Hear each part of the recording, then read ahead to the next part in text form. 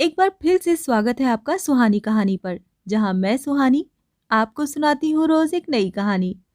आज हम सुनेंगे मुंशी प्रेमचंद की लिखी कहानी बासी भात में खुदा का साझा। शाम को जब दीनानाथ ने घर आकर गौरी से कहा कि मुझे एक कार्यालय में 50 रुपए की नौकरी मिल गई है, तो गौरी खिल उठी।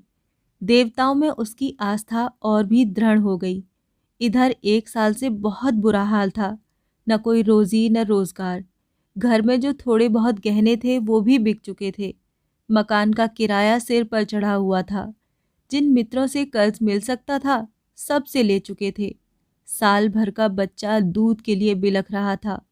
एक वक्त का भोजन मिलता तो दूसरे जून की चिंता होती। तकाजों के मारे बेचारे दीनानाथ को घर से निकलना मुश्किल था। घर से निकला नहीं कि चारों ओर से चिथाड़ मच जाती। वाह बापूजी वाह, 2 दिन का वादा करके ले गए और आज 2 महीने से सूरत नहीं दिखाई। भाई साहब, ये तो अच्छी बात नहीं। आपको अपनी जरूरत का ख्याल है, मगर दूसरों की जरूरत का जरा भी ख्याल नहीं। इसी से कहा है, दुश्मन को चाहे कर्ज दे दो, दोस्त को कभी न दो।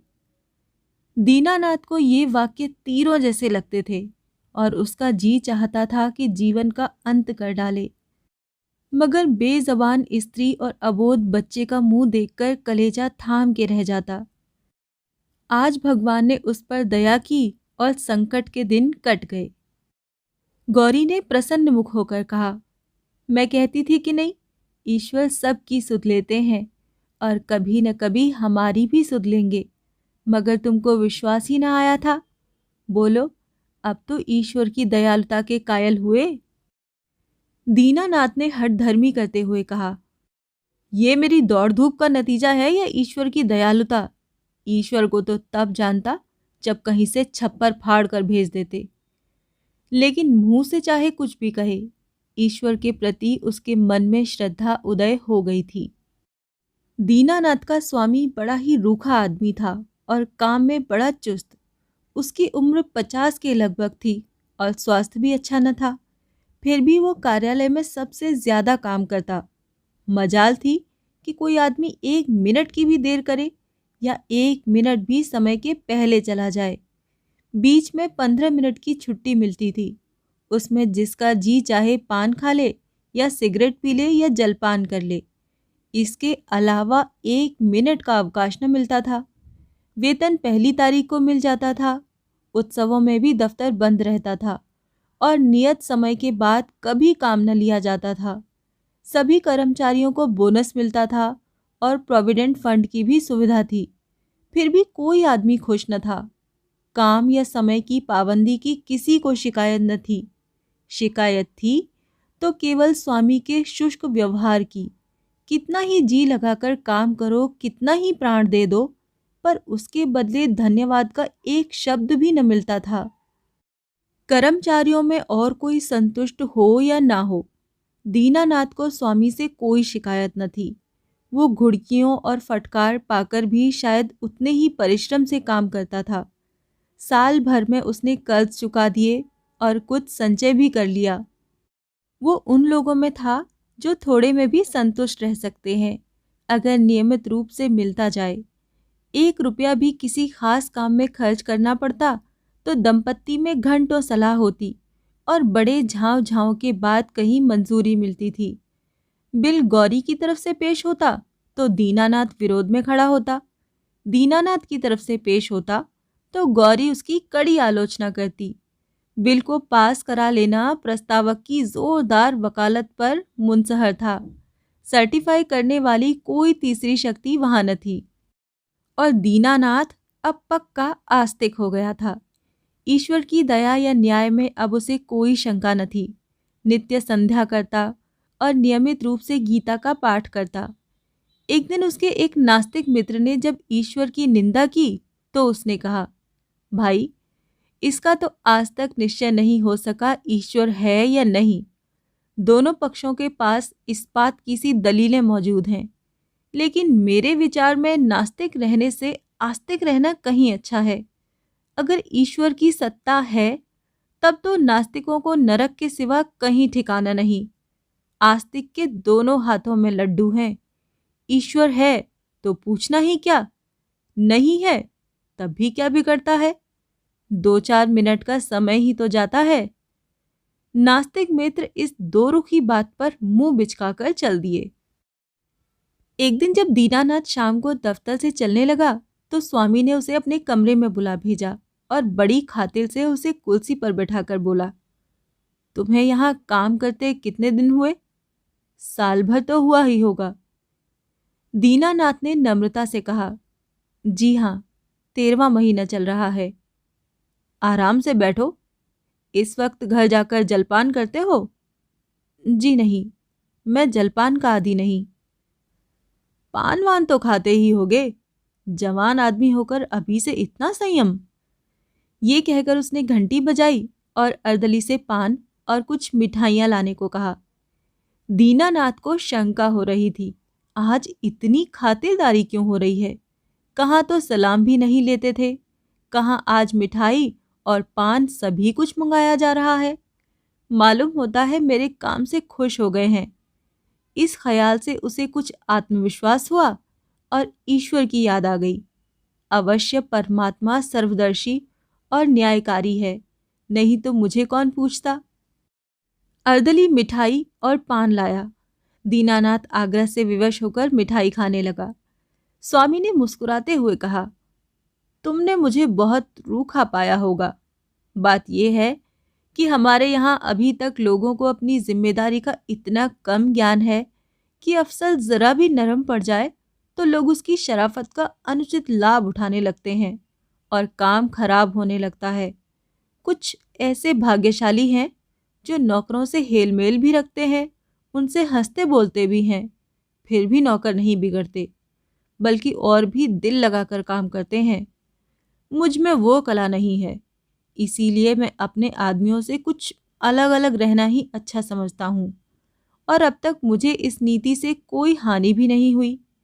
लेकिन मैं आदमियों का रंग ढंग देखता रहता हूँ और सबको परखता रहता हूँ। मैंने तुम्हारे विषय में जो मत स्थिर किया है वो ये है कि तुम वफादार हो और मैं तुम्हारे ऊपर विश्वास कर सकता हूँ। इसीलिए मैं तुम्हें ज़्यादा जिम्मेदारी का काम देना चाहता हूँ, जहाँ तुम्हें खुद बहुत कम काम करना पड़ेगा, केवल निगरानी करनी पड़ेगी। तुम्हारे वेतन में 50 रुपए की और तरक्की हो जाएगी। मुझे विश्वास है तुमने अब तक जितनी तनदेही से काम किया है उससे भी ज्यादा तनदेही से आगे करोगे। दीनानाथ की आंखों में आंसू भर आए और कंठ की मिठाई कुछ नमकीन हो गई। जी में आया स्वामी के चरणों पर सिर रख दे और कहे, आपकी सेवा के लिए मेरी जान हाजिर है। आपने मेरा जो सम्मान बढ़ाया है मैं उसे निभाने में कोई कसर न उठा रखूंगा। लेकिन स्वर कांप रहा था और वो केवल कृतज्ञता भरी आंखों से देखकर ही रह गया। सेठ जी ने एक मोटा सा लेजर निकालते हुए कहा, मैं एक ऐसे काम में तुम्हारी मदद लेना चाहता हूँ जिस पर इस कार्यालय का सारा भविष्य टिका हुआ है। इतने आदमियों में मैंने केवल तुम ही को विश्वास योग्य समझा है और मुझे आशा है कि तुम मुझे निराश न करोगे। ये पिछले साल का लेज़र है और इसमें कुछ ऐसी रकमें दर्ज हो गई हैं जिनके अनुसार कंपनी को कई हजार लाभ होता है। लेकिन तुम जानते हो हम कई महीनों से घाटे पर काम कर रहे हैं। जिस क्लर्क ने ये लेज़र लिखा था उसकी लिखावट और तुम्हारी लिखावट बिल्कुल मिलती है। अगर दोनों लिखावटें आमने सामने रख दी जाएं तो किसी विशेषज्ञ को भी उनमें भेद करना कठिन हो जाएगा। मैं चाहता हूँ तुम लेज़र में एक पृष्ठ फिर से लिखकर जोड़ दो और उसी नंबर का पृष्ठ उसमें से निकाल लो। मैंने पृष्ठ का नंबर छपवा लिया है, एक दफ्तरी भी ठीक कर लिया है जो रात भर में लेज़र की जिल्दबंदी कर देगा, किसी को पता तक न चलेगा। ज़रूरत सिर्फ ये है कि तुम अपनी कलम से उस पृष्ठ की नकल कर दो। दीनानाथ ने शंका की, जब उस पृष्ठ की नकल ही करनी है तो उसे निकालने की क्या जरूरत है? सेठ जी हंसे, तो क्या तुम समझते हो उस पृष्ठ की हूबहू नकल करनी होगी? मैं कुछ रकमों में परिवर्तन कर दूंगा। मैं तुम्हें विश्वास दिलाता हूँ कि मैं केवल कार्यालय की भलाई के ख्याल से ये कार्यवाही कर रहा हूँ।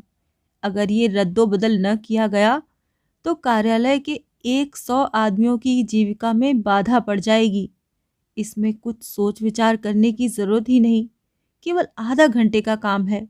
तुम तो बहुत तेज लिखते हो। कठिन समस्या थी। स्पष्ट था कि उससे जाल बनाने को कहा जा रहा है।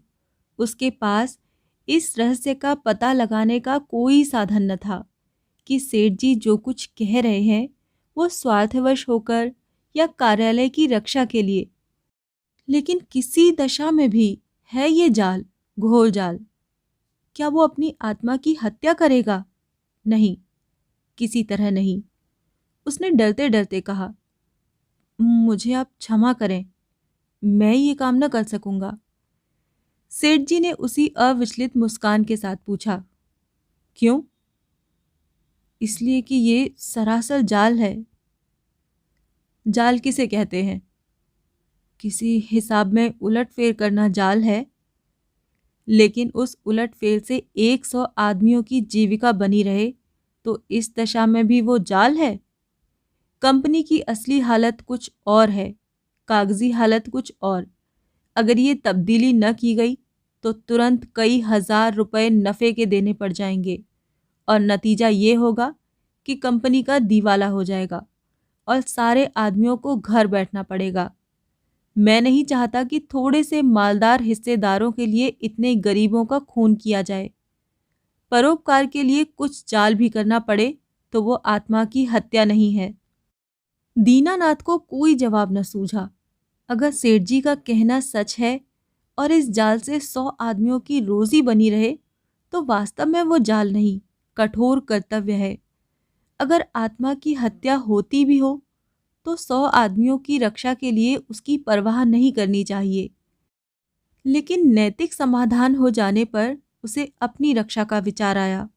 बोला, लेकिन कहीं मामला खुल गया तो मैं मिट जाऊंगा। 14 साल के लिए काले पानी भेज दिया जाऊंगा। सेठ जी ने जोर से कहकहा मारा, अगर मामला खुल गया तो तुम न फंसोगे, मैं फंसूंगा। तुम साफ इनकार कर सकते हो। लिखावट तो पकड़ी जाएगी। पता ही कैसे चलेगा कि कौन सा पृष्ठ बदला गया है? लिखावट तो एक सी है। दीनानाथ परास्त हो गया। उसी वक्त उस पृष्ठ की नकल करने लगा। फिर भी दीनानाथ के मन में चोर पैदा हुआ था। गौरी से इस विषय में वो एक शब्द भी न कह सका। 1 महीने के बाद उसकी तरक्की हुई। 100 रुपए मिलने लगे, 200 बोनस के भी मिले। ये सब कुछ था। घर में खुशहाली के चिन्ह नजर आने लगे। लेकिन दीनानाथ का अपराधी मन एक बोझ से दबा रहता था। जिन दलीलों से सेठ जी ने उसकी जुबान बंद कर दी थी, उन दलीलों से गौरी को संतुष्ट कर सकने का उसे विश्वास न था। उसकी ईश्वर निष्ठा उसे सदैव डराती रहती थी। इस अपराध का कोई भयंकर दंड अवश्य मिलेगा। किसी प्रायश्चित, किसी अनुष्ठान से उसे रोकना असंभव है। अभी न मिले, साल 2 साल न मिले, 10-5 साल न मिले, पर जितनी ही देर में मिलेगा उतना ही भयंकर होगा।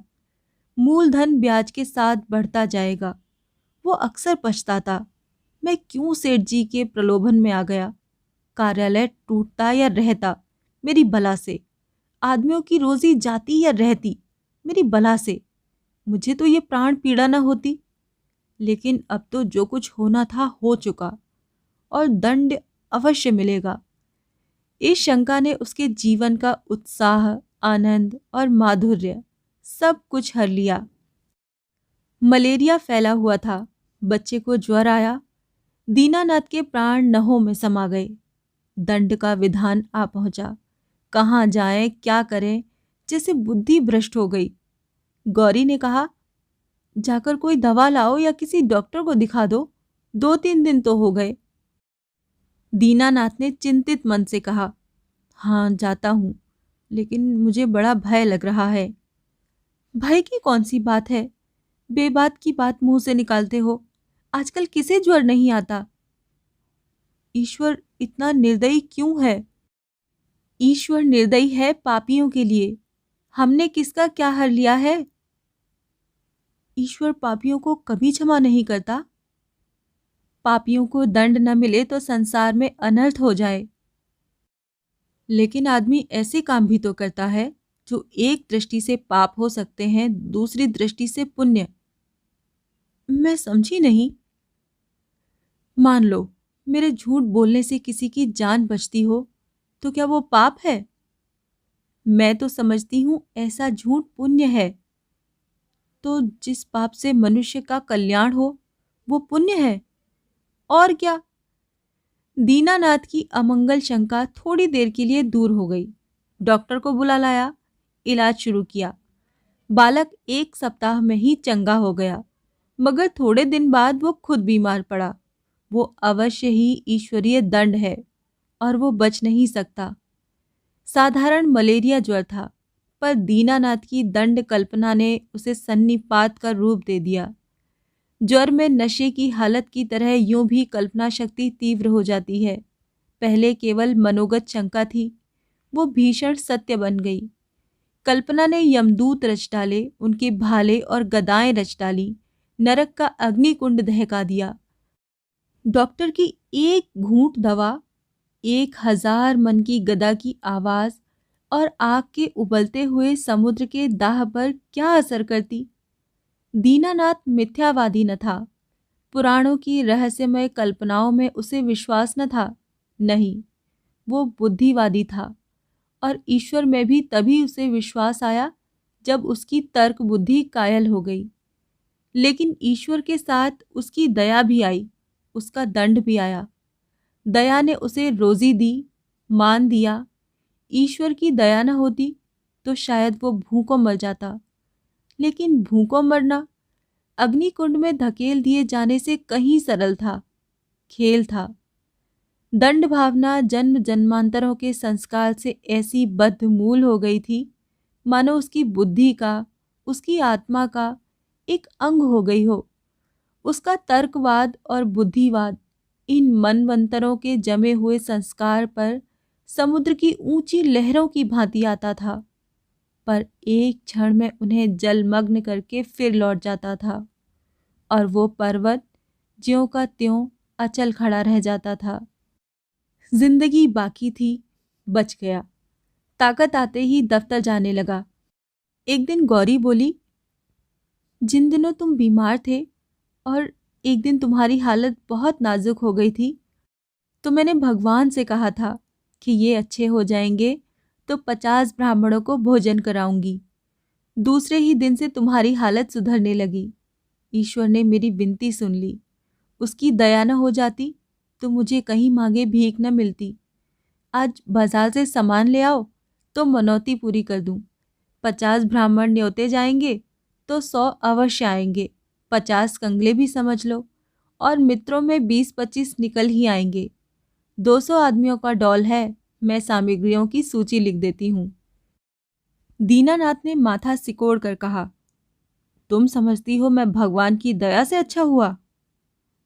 और कैसे अच्छे हुए? अच्छा हुआ इसलिए कि जिंदगी बाकी थी। ऐसी बातें न करो, मनौती पूरी करनी होगी। कभी नहीं। मैं भगवान को दयालु नहीं समझता। और क्या भगवान निर्दयी हैं? उनसे बड़ा निर्दयी कोई संसार में न होगा। जो अपने रचे हुए खिलौनों को उनकी भूलों और बेवकूफियों की सजा अग्निकुंड में धकेल कर दे, वो भगवान दयालु नहीं हो सकता। भगवान जितना दयालु है, उससे असंख्य गुना निर्दयी है, और ऐसे भगवान की कल्पना से मुझे घृणा होती है। प्रेम सबसे बड़ी शक्ति कही गई है। विचारवानों ने प्रेम को ही जीवन की और संसार की सबसे बड़ी विभूति मानी है।